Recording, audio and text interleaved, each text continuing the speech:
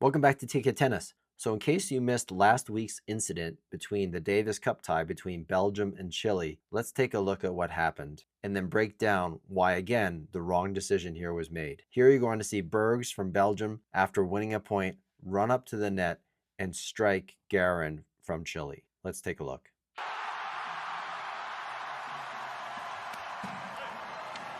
And he knocks him down right there. Now let's back that up and take a quick slow-mo at that. So he leaves his feet. You can see him leaving his feet, jumping up, and he strikes the right side of Garin's face, and Garin gets knocked down. Now I can already hear some people in the comments saying, tennis players are soft, no big deal, he was probably fine.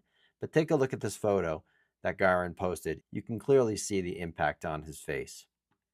Code violation, delay of game, main penalty Chile, game set and match Belgium, 2 sets to 1. Okay, what ended up happening is that Garin was checked out by the tournament physician and was cleared to play. But Garin didn't think so, and he refused to continue to play. So the umpire gave him a code violation, or 3 code violations, for a point penalty, game penalty, and match penalty, and disqualified Garin from not continuing to play. 6-3, 4-6, 7-5.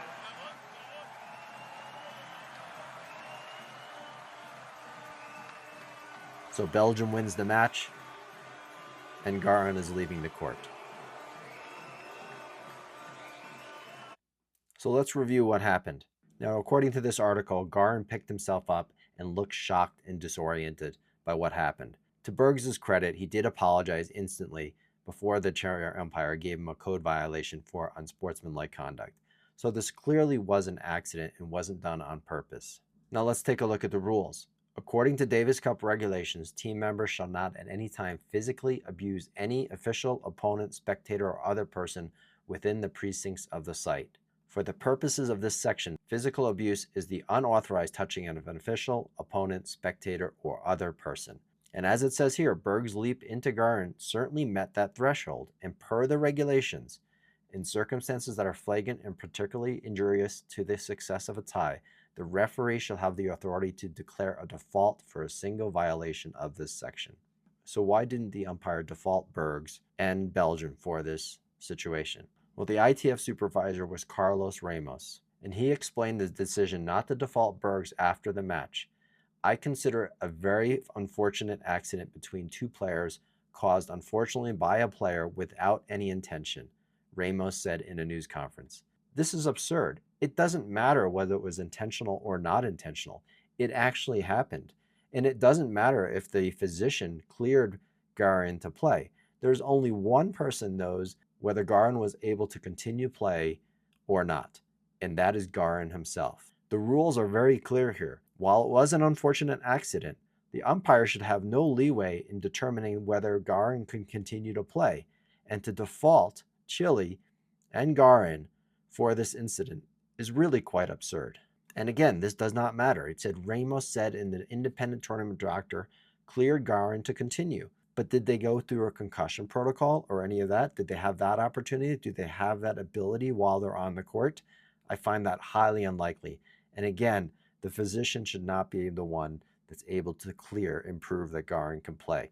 Only Garin knows whether he's able to play or not. And clearly he took a default over continuing to play. That makes no sense. That leads me to believe that Garin was probably acting in good faith.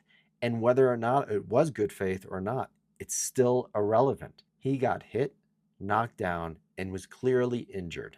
Now here's some final thoughts on why this seems to happen so often in tennis. Now there's no doubt the tournament directors and the umpires don't want to default players because they have paying customers coming in to watch a tennis match. And if they default the player, there's no tennis match or it's cut short. I think they're afraid of losing money or the fallout in those type of situations. And rightfully so. That is a problem. Defaulting a player has a big impact on a particular match and the spectators that have paid good money to watch these matches. Now, I don't know what the perfect solution is, but I have one idea that could happen. When egregious incidents like this happen, you may not want to default a player, and that's okay. You want the spectators to be able to see a match. But what happens in some other sports, sometimes players are sanctioned after the event is over for the actions they took. And in these egregious cases, penalties can be divvied out after the event is over. So one solution would be to have an integrity committee that would look at this incident outside of the tournament director or the umpire and make a decision. So they could have continued to play the match had the result, but in such an egregious case, it could be overruled. Now, I'm not saying that's a perfect solution, but I'm saying it's a more fair solution that an independent committee afterwards can apply sanctions to a player, whether that's losing half of their prize money or it's actually losing the match or being defaulted for a match, even if they won the match. Like I said, that's certainly not an ideal situation, but it's better than this, where the guy that actually is the one that was injured and gets hit is defaulted for the match and loses the match.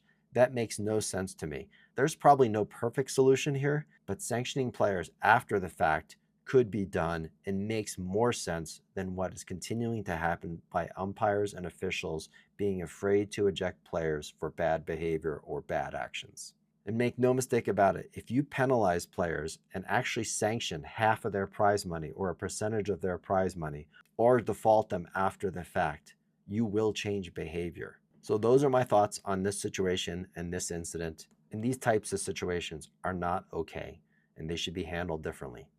Thanks for watching. Let me know your thoughts, and I'll see you in the next days.